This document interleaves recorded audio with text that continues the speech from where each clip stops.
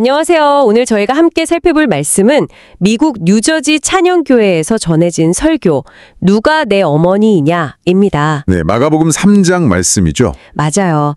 특히 5월 가정의 달을 앞두고 있어서 보통은 뭐랄까 효도나 자녀 사랑 이런 따뜻한 이야기를 기대하기 쉬운데요. 그렇죠.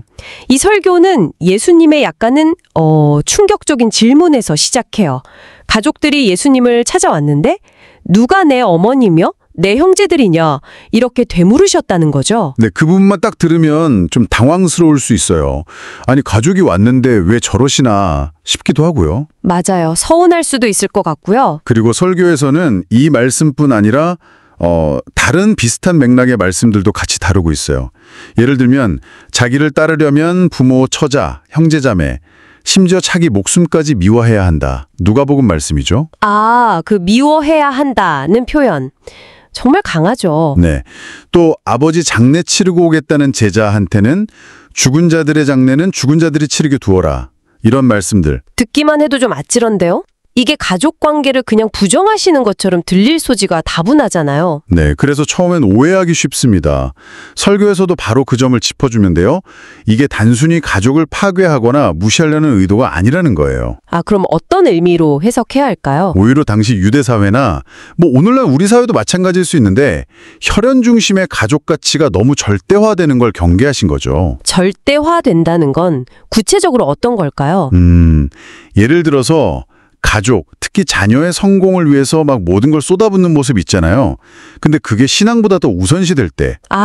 네네. 그럴 때 그 자녀의 성공 자체가 우상이 될 수 있다는 거예요. 하나님보다 더 중요해지는 거죠. 와, 듣고 보니 정말 생각해 볼 문제네요. 가족 그 자체나 가족 사랑이 문제가 아니라 그게 신앙의 자리를 대신 차지할 때 그게 우상이 될 수 있다. 바로 그겁니다. 예수님은 혈연 가족을 부정하신 게 아니고요. 하나님의 뜻을 행하는 사람이 바로 당신의 형제자매, 어머니다 이렇게 선언하시면서 기준을 바꾸신 거예요. 하나님의 뜻을 행하는 사람. 네, 그러니까 혈연, 인종, 사회적 지위 이런 걸 다 초월해서 믿음으로 형성되는 새로운 가족, 하나님 나라의 가족 개념을 제시하신 거죠. 그럼 교회의 공동체가 바로 그런 의미가 될 수 있겠네요. 맞습니다. 설교에서는 세례를 이 새로운 가족으로 입양되는 예식에 비유하기도 해요.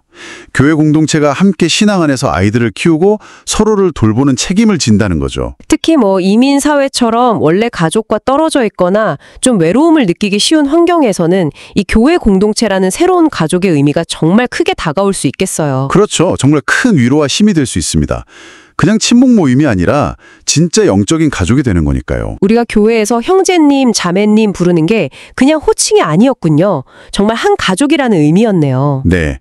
그런데 여기서 또 중요한 게 이 영적 가족 개념이 기존의 혈연 가족 관계를 막 약화시키거나 파괴하는 게 아니라는 거예요. 그 점이 중요하겠네요. 어떻게 보면 이제 교회 가족이 더 중요해 이러면서 기존 가족에 소홀해질 수도 있을 것 같은데요. 네. 그럴 위험도 있겠죠. 그래서 설교는 오히려 이 하나님 나라 가족 개념이 혈연 가족 관계를 더 건강하게 재정립하도록 돕는다고 강조해요. 건강하게 재정립한다. 어떤 의미죠? 모든 관계의 중심에 하나님을 두는 거예요. 그러면 혈연 가족 관계도 어떤 소유욕이나 집착 같은 것에서 좀 벗어나서 더 성숙하고 건강한 사랑의 관계가 될 수 있다는 거죠. 하나님 안에서 관계를 다시 보게 되는 거군요. 맞습니다. 설교에서는 이런 하나님 나라의 참된 가족, 그리고 그 안에서 새롭게 정립되는 혈연 가족의 특징을 4가지로 제시하는데요. 4가지요? 궁금한데요? 어떤 건가요? 첫째는 초월적인 사랑이에요. 혈연을 넘어서는 때로는 희생적인 사랑을 나누는 거죠. 요한복음 말씀처럼요. 네. 둘째는 진리 중심. 그냥 좋은 게 좋은 거다 이게 아니라 하나님의 말씀, 즉 진리를 함께 공유하고 그 안에서 참된 자유를 경험하는 관계. 진리 안에서 함께 서는 거군요. 그렇죠. 셋째는 선교적 동역인데요.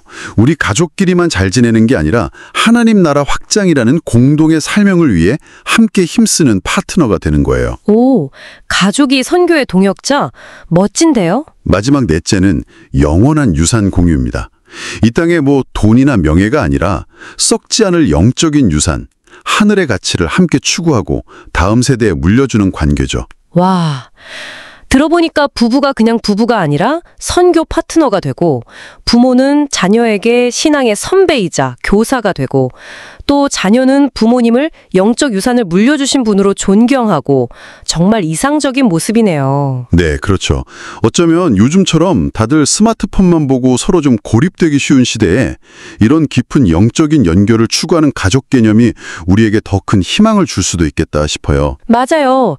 결국 설교는 우리 모두에게 다시 질문을 던지는 셈이네요. 누가 당신의 진짜 가족입니까? 하고요. 그렇습니다. 오늘 이 설교는 혈연 가족, 물론 소중하죠. 하지만 그 소중함이 하나님 자리를 대신해서는 안 된다는 것.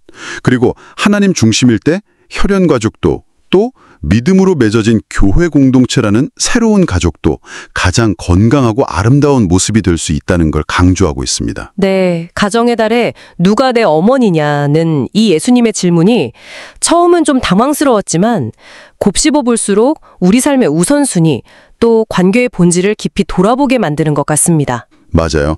혈연 가족을 소중히 여기면서도 그 중심에 하나님을 모시고 또 교회 공동체를 나의 또 다른 참된 가족으로 받아들이고 나아가서 그 사람을 우리 주변에 도움이 필요한 이웃들에게까지 흘려보내는 것. 이것이 오늘 설교가 우리에게 주는 도전이 아닐까 싶네요. 네, 큰 도전이죠. 여러분은 이 질문과 도전에 어떻게 응답하시겠습니까? 한번 깊이 생각해 보시면 좋겠습니다. 다음 시간에 저희는 더 흥미로운 내용으로 다시 찾아뵙겠습니다.